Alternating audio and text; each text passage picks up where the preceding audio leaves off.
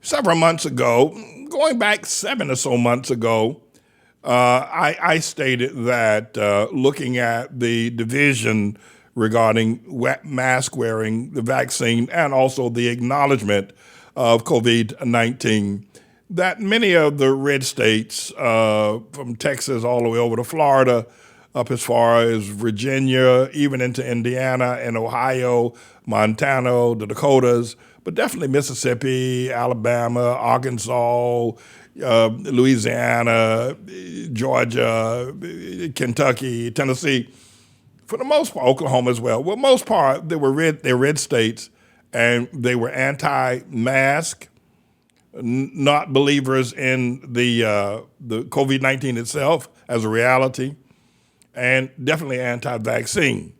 And I said about 7, 8 months ago that once they start dying, you're going to see a difference tune.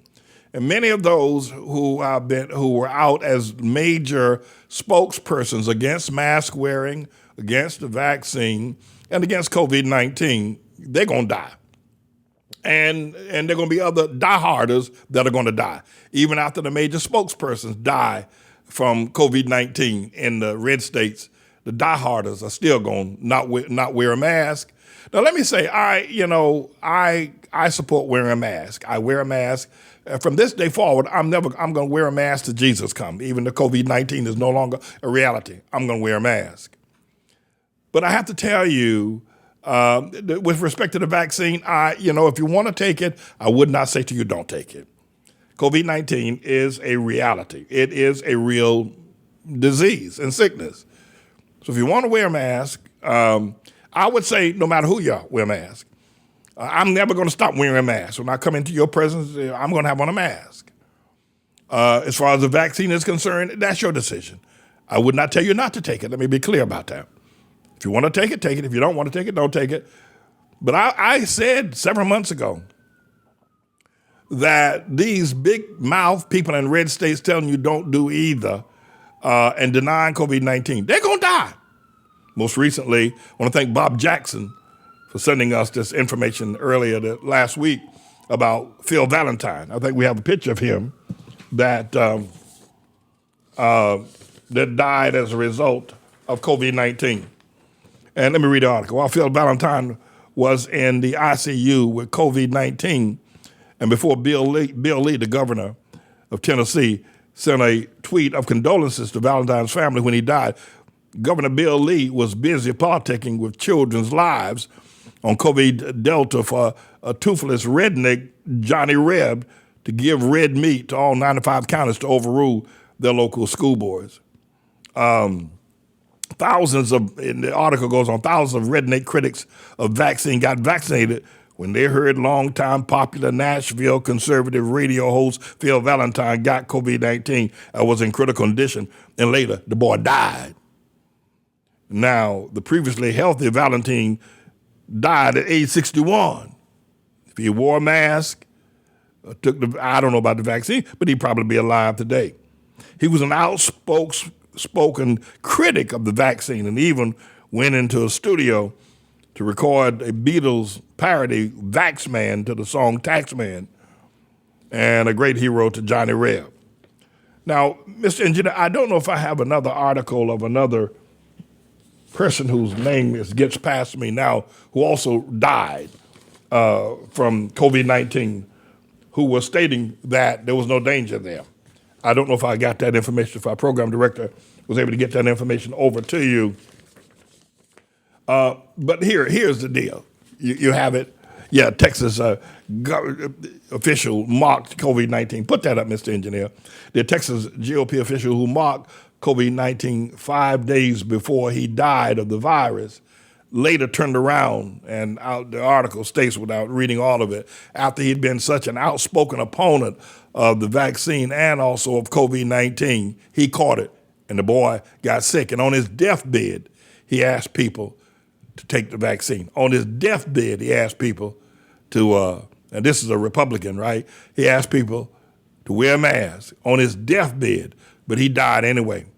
My question is this, is that will it take as many as 250,000 MAGA disciples to die and suffer permanent health issues before this thing has run its course. I don't know if we have a video, audio of Trump at a rally in Alabama this weekend.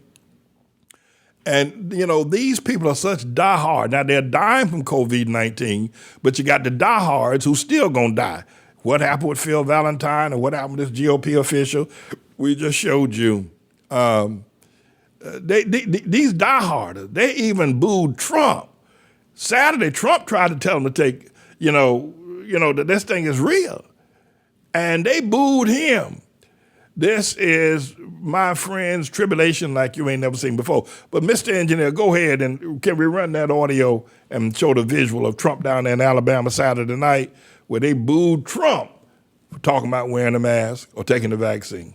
3 days, less than 9 months, and it's great. And you know what? I believe totally in your freedoms. I do. You got to do what you have to do. But I recommend take the vaccines. I did it. It's good. Take the vaccines. But no, that's okay. That's all right. You got your freedoms. But I happen to take the vaccine. If it doesn't work, you'll be the first to know, okay? I'll call up Alabama and say, hey, you know what? But it is working. But you do have your freedoms. You have to maintain that. You have to maintain that. And you got to get your kids back to school. You know, they booed him. I'm going to ask the engineer to rewind that. They booed him. They did. Trump supporters booed. I mean, you got to figure that how much of a lunatic can these people be? People are dying all around them. And the big shots who are talking about don't take the vaccine and don't wear a mask have died. And at least they're trying to tell you on their deathbed that they made a mistake. Trump realizes as many as 250,000 people can die between September and April of next year of his voting bloc, or more than that, can and will die. And those who don't die, who get COVID-19, could suffer permanent health issues. And so he realized he's got to come out and try to, because Trump sees a whole lot of graves that will have his name on it if he don't tell these people that COVID-19 is real, put on a mask, take the vaccine. But you know what they did? They booed him. They booed that boy. Mr. Engineer, roll it one more time. 3 days, less than 9 months, and it's great. And you know what? I believe totally in your freedoms. I do. You got to do what you have to do. But I recommend take the vaccines. I did it. It's good. Take the vaccines. But no, that's okay. That's all right. You got your freedoms. But I happen to take the vaccine. If it doesn't work, you'll be the first to know, okay? I'll call up Alabama and say, hey, you know what? But it is working. But you do have your freedoms. You have to maintain that. You have to maintain that. And you got to get your kids back to school. You know, again, I'm not an advocate for taking the vaccine. And of course, today's headline news is that the Federal Drug Administration has now given full and complete and absolute approval of the Pfizer vaccine, and that it's gone through the full gauntlet of things that it needs to do in order to be fully approved of for people 16 years old and older. I'm not recommending that you take it, but I'm not recommending that you don't take it. I'm not. But I am recommending that you wear a mask. You know, I have seen a lot of crazy things in my life. I have. But, you know, you go into the OR room at a hospital, right? And the doctor's in there performing surgery. Or if the doctor's in there delivering a baby in the, gynecology, whatever they call that, pediatrics ward, right? Do you know the doctors put on a mask? Let me ask you a question. Let's say if you have to have heart surgery, right? You got to have one of your ventricles stented, right? Right? And the doctor comes in, he's not wearing a mask. You know, the assistants come in, they're not wearing a mask. They're not even wearing gloves, right?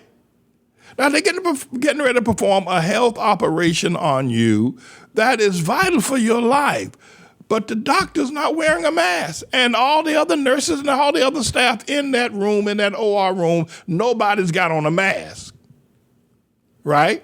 Because the preachers in the Southern Baptist churches and the evangelicals say, don't wear a mask. So the doctor don't wear a mask. Would you let him operate on you? Do you think that'd be the right thing to do? He's not wearing a mask. Okay, let's let him put on the gloves. Let's let him have that. So let the doctor have gloves, but he don't wear a mask. There's a hamburger place here, and I won't name it because I don't want to give it any publicity.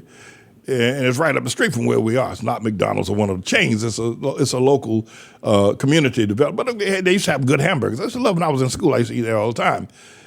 Several years ago, about 20 years ago, I went in there, bought a hamburger, bought 2 of them, came back, and Elizabeth and I was sitting down and eating them. And I bit into the hamburger, and there was this long hair, that long. That thing was that long. And I pulled it out of my mouth that was in the hamburger meat. All right? I have not been back to that place since. You're cooking, put on a hairnet, right? Right? So that your hair don't fall into the soup. Nobody wants to eat your hair. I don't want to eat your hair. So chefs wear a hat. Is that right? When they cook, so that the hair don't fall into the food. But you say, don't wear a mask. Right? I think there needs to be somebody who has influence with the evangelicals and the red state people to put a question before God, whether God has cursed these people. I've seen a lot of ignorance and a lot of foolishness in my day, trust me. Even people in prison, the cooks in prison, wear hats so that their hair don't fall in the food. And your preacher is telling you, don't wear a mask?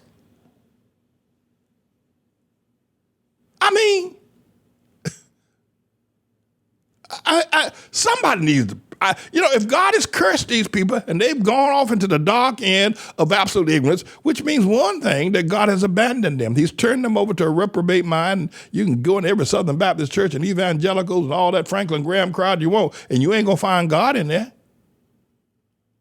You ain't going to find God in there. And then they say, well, we believe that COVID is out there as a disease. We believe that it's out there. But we believe God going to take care of us, right? We believe the law going to take care of us.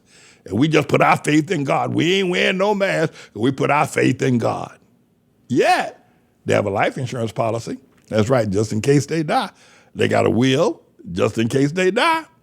And they got locks on their doors, front door. They even got locks on their window. They even got security advice. They got lights all around their house, just in case somebody try to break in. They got some security. They don't trust the Lord to keep the thief from breaking in. They don't trust the Lord when they die, that they ain't no money for insurance. They got themselves some protection. And they got themselves some winter boots. They got themselves some fishing boots.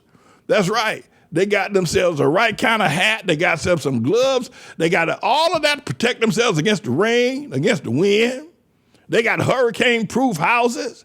They even got down there in Oklahoma and every place else, down in Florida and South Carolina and Alabama, Mississippi. They got basements in their houses where they can go when the hurricane comes. And if they're just a tornado blow their house down, but they've built something to protect themselves from the hurricane.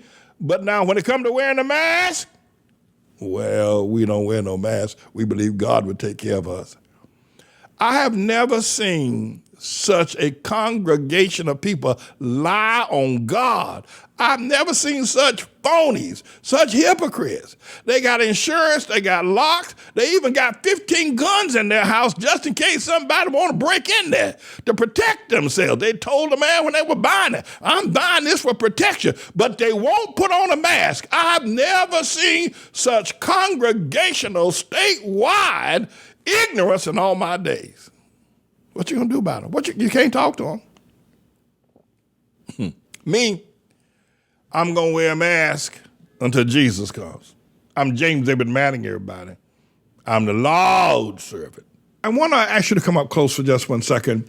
And I want to talk to 3-year and older veterans of the Trust in the Lord Hour, the Open Rewards Prayer Meeting, the Manning Report, and the Pulpit of Power, those 4 ministries that we do every week, producing at least 20 different ministries or sermons every week. If you are a 3-year or older veteran, by old I mean 4 years, 5 years, 6 years, 7 years, 10 years, 12 years, older veteran of any of these ministries that we do on a daily basis every week, and you are not a supporter, you've not joined with the ministry to give to pledge your support and your alignment with what we've been teaching. My question is why? You've had 3 years to observe us. You've had 3 years to listen to us on a daily basis, all weekend, all day long, any hour of the day. We're broadcasting. You've had 3 years to watch our various successes. You've 3 years to watch our ups and downs. You've had 3 years to listen to the tenor or the consistency of what we have said, whether we are consistent or whether we're all over the chart in what we do and what we believe. You've had 3 years to watch people around us who have made the commitment to join with our ministry and church and to financially support it. And by the way, I want to give another shout out to Brother Jesse Munoz out there in San Bernardino, along with Goldfinger, who is just extraordinary giver, and others that do extraordinary giving to our ministry. My question is to you, if you are a 3-year veteran or older, why haven't you joined? Why haven't you committed? And I suppose some of the reasons would say, well, Pastor, man, I belong to another church. And why? How could you, after 3 years of hearing me teach about the Sabbath, about righteousness, about the tribulation, and listen to me faithfully as you do, and still go sit up in another pastor's face? How could you be? It's like a woman sleeping with 2 men. You know, one she likes during the week and the other she likes on the weekend. It's hypocritical. How could you do that? I mean, let's say you started 3 months ago. I can understand. Well, it may take you some time to evaluate. It may take you some time to look at me, to discover, who I am. You say, well, Pastor, that's not that I don't belong to another church or ministry. I'm with you. But there's some things you say I like, and there's some things you say I don't like. Why? Why is it that you've made a decision that there's some things that you don't like are stronger than the things that you do like? I am not a psychiatrist, but I am an analyst. And I have to tell you, I analyze the world, understanding. But the understanding and wisdom tells me this, that if there are things that a person such as myself that I am saying, there is no room to disagree with what I am saying unless your purpose is to find something to disagree with. Let's say, for instance, you say, well, I like the fact that you talk about Obama, but I don't like the fact that you talk about Trump. Let's say, for instance, you're one of those, right? Well, the purpose, it isn't that you just like what I say about Obama, but don't like what I say about Trump. What it is that you are looking for a reason to support Trump. It isn't that you don't like it. It's just that you don't like the fact that I'm saying something about him. It isn't that what I'm saying is wrong. Let me put it that way. It isn't what I'm saying is wrong or indifferent. You know it's right. But you've lived your life, or you've come up, or you've been raised with a doctrine that you can really live in a false reality. That's where you are. You've been raised in a doctrine that you can live in a false reality. That is to say, you can like the truth about Obama, but you don't like the truth about Trump. And it's the same truth. It's the same truth. There's no difference. But because you have been indoctrinated to live in a false reality. You are really a person who needs psychological debriefing. But trust me, there are zillions of people around the world who live that way. There are people who know what I'm saying about Trump. Obama is right. They know it, but they choose to ignore it based on the fact that they find a reality that isn't true, and they've settled in there. Say, well, that's one of the reasons why I've not made a commitment, because, I don't like the fact, I wish you would support what I support. But the truth of the matter is, then why do you come? You've given 3 years or more of your life to listen to me? 3 years of your life to listen to me? And you're not tired of listening to me yet? And you've given 3 years of your life, and over the past 3 years, your life has been greatly upgraded. You've learned, you've been educated, you've been enlightened. And let me say this to you. If you make the commitment, say, well, Pastor, I'm joining with you, and I'm going to support, I'm going to do the tithe and offering, I'm going to do the first fruit, I'm going to keep the Sabbath, your life is going to soar. Now listen to me very carefully, and I'm not going to leave you alone after this. Listen to me very carefully. You come as often as you come over the past 3 years because you're being helped. You're being educated. You're being enlightened, right? Right.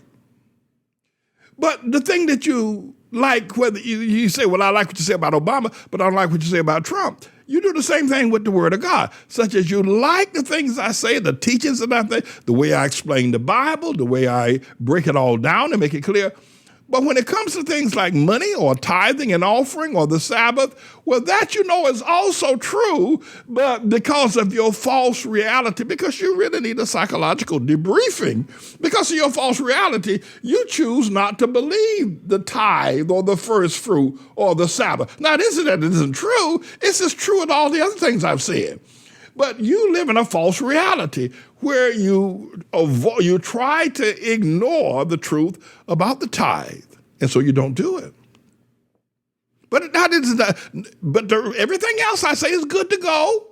Everything I ever say is good to go, good enough to share with your friends. It makes you laugh. It educates you. It enlightens you. But the tithe, well, and the full commitment to the ministry, well, the first fruit offerings, well, the Sabbath, that's all true as well. But you have chosen, and you've been raised and indoctrinated to have a dual reality, which is dangerous. Jesus said this, and I'll leave you. He said, I would rather you be either hot or cold, but not lukewarm. You're lukewarm. You have a dual reality. He said, if you're lukewarm, I'll spit you out of my mouth. I would rather you be completely stomped down against Pastor Manning, trying to take him down. Be fully against him. Be against him with all of your strength. Or be fully for him with all of your strength. But don't be in the middle, somewhere lukewarm. You're better than to be spit out of the mouth of Jesus if you're lukewarm. So what's it going to be? You're going to make the commitment and grow and be even better blessed, or you're going to continue to walk in the lukewarm spit of the mouth of the Savior. I'm James David Manning, everybody. I'm the Lord's servant.